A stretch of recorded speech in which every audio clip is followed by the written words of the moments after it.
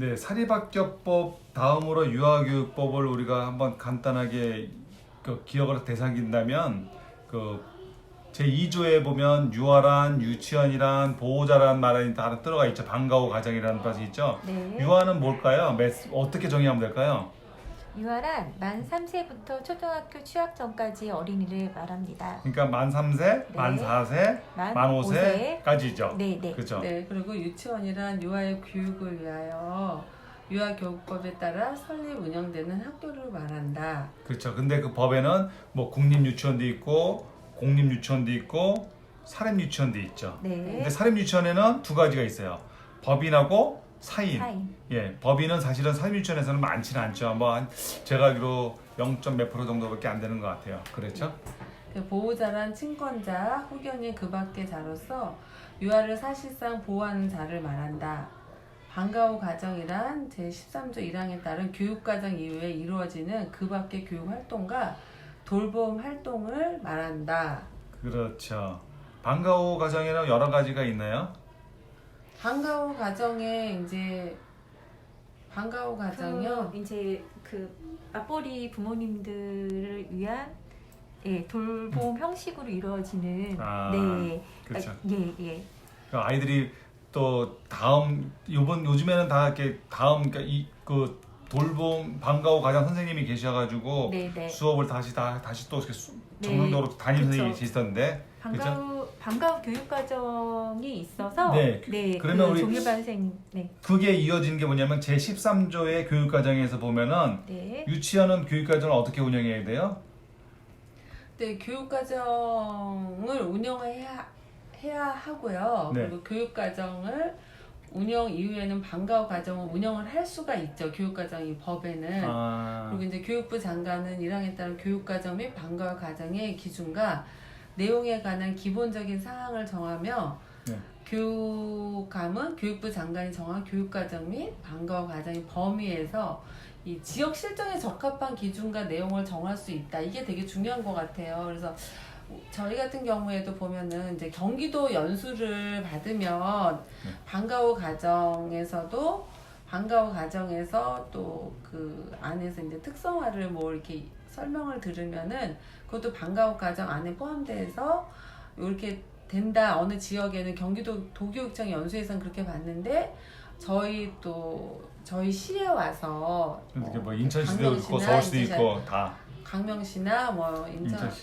강명시나 뭐 화성 이렇게 들으면은 또 그게 경기도하고에서도 그 시애들하고 안양이나 이렇게 좀 틀린 게 있어서 그 좀 기준과 내용이 이렇게 모호할 때가 있더라고요. 그래서 제가 바라는 거는 저도 이제 연수 가면은 원장 연수 가거나 뭐 직무 연수 가면은 그런 게 좀 어떤 균이라고 딱 그게 있으면 좋겠다 이런 생각을 많이 하고요.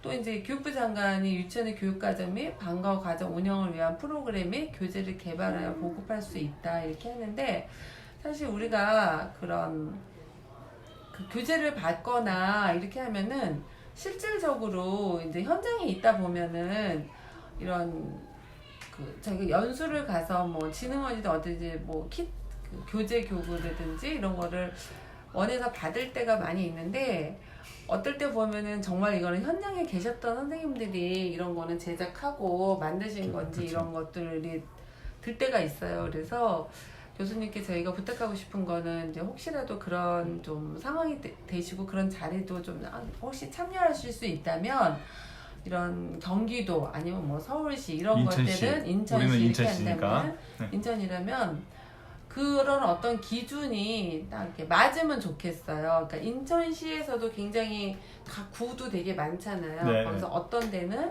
교육청마다도 이런 건 되는데 어떤 교육청은 안 되고 막 이런 것들이 있어서 그런 좀 네. 어려운 점이 있습니다. 네, 기회가 되면 좀 해주죠.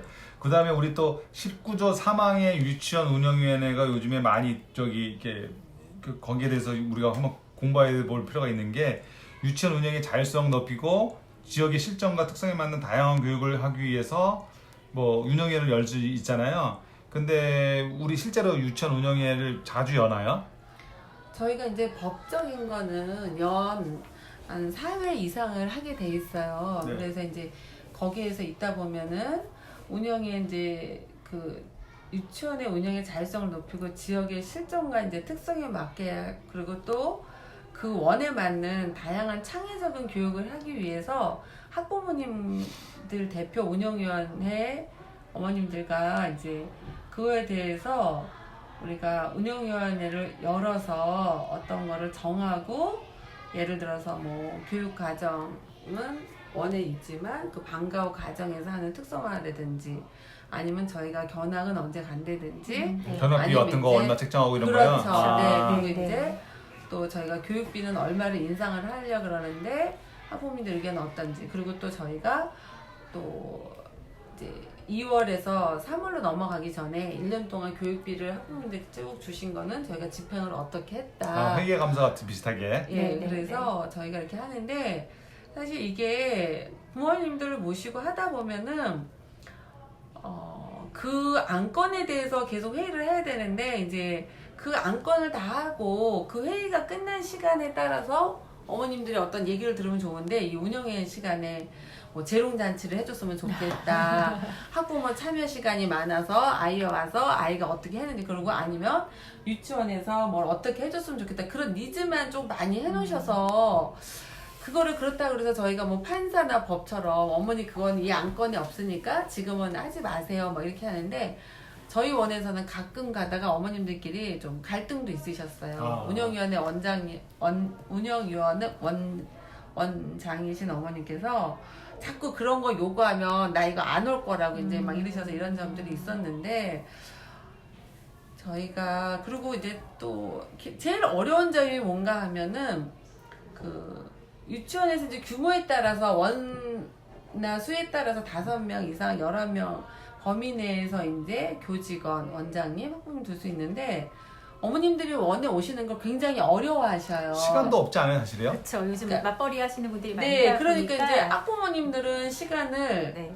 예를 들어서 뭐 직장 다니시는 어머님들 같은 경우는 7시 이후에 아니면 뭐 이렇게 늦은 그치. 시간 했으면 좋겠다라는데 직장 안 다니시는 분은 또 일찍 하고 싶고. 그렇죠. 아. 그러다 보니까 또 이제 또 선생님들도 선생님이 교직원이 저희가 참석을 하려고 그러면 적어도 한 3시 이후에야 되는데 아이들 수업 끝나고 아이들 수업 네. 끝나고 뭐 어느 정도 기가지도 네. 하고 또 그날 또 결석까지 너무 늦으면 안 되잖아요, 요즘에. 네, 네, 네. 또 그렇죠. 교직원들도 또 일찍 귀가도 해야 되고 그러니까. 네, 그래서 그런 좀 어려운 점이 있어서 그런 부분들은 어떻게 안건을 내고 그렇게 할 수 있나 하는데 그리고 또 이제 병설같이 학교에 있는 데는 학교가 이렇게 통합해서 운영할 수도 있다 그러는데도 또 저 아는 원장님 병설에 계시는 원감님 계시는데 그분 같은 경우에는 이제 통합해서 같이 했더니 우리도 유치원은 따로 했으면 좋겠다 막 이렇게 해서 그런 것도 그런 에피소드가 있다는데 제가 생각하기에는 이제 점차적으로 이런 게 교육도 선진화가 되다시피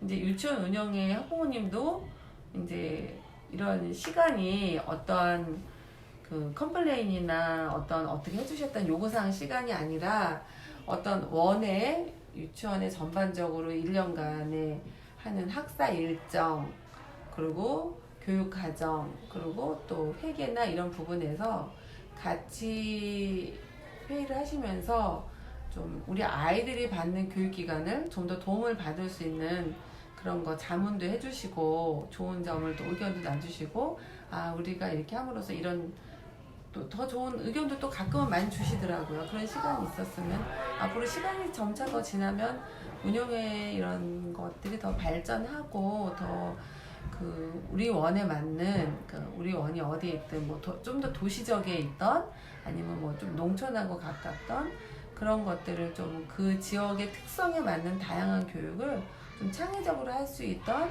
교육 과정 그 외 전반적인 거를 다 도와줄 수 있을 것 같습니다.